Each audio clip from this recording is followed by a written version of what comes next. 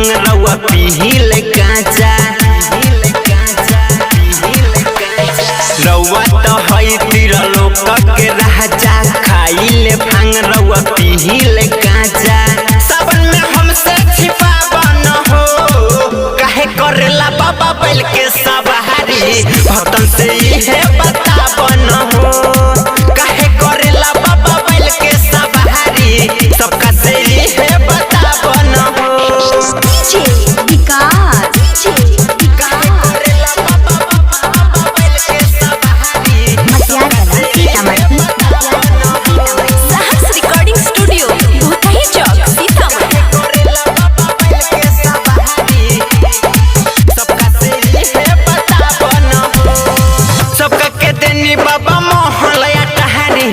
अपने बनल बानी काहे भिखारी, अपने बनल बानी काहे भिखारी।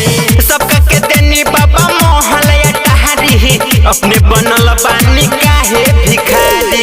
रउआ न भावेला मेवा मिठाई, जौवन आवे देव घर भंगिए चढ़ाई। इहे तू हमके समझावा न हो, काहे करेला बाबा बैल के सवारी। भक्तन से इहे बतावा न हो, काहे करेला बाबा बैल के सवारी। सबका से इहे बतावा न हो। काहे करेला बाबा बैल के सवारी।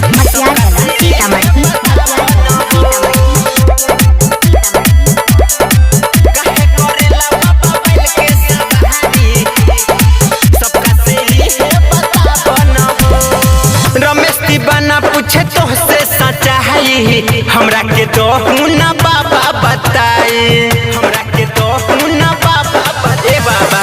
डीजे का सब पूछे तोहसे सच्चा है, हमरा के तो ना बाबा बताए। गरबा में डोले तोरा सपवा के महला, हाथ में डमरू कमर मिर्गा छाला।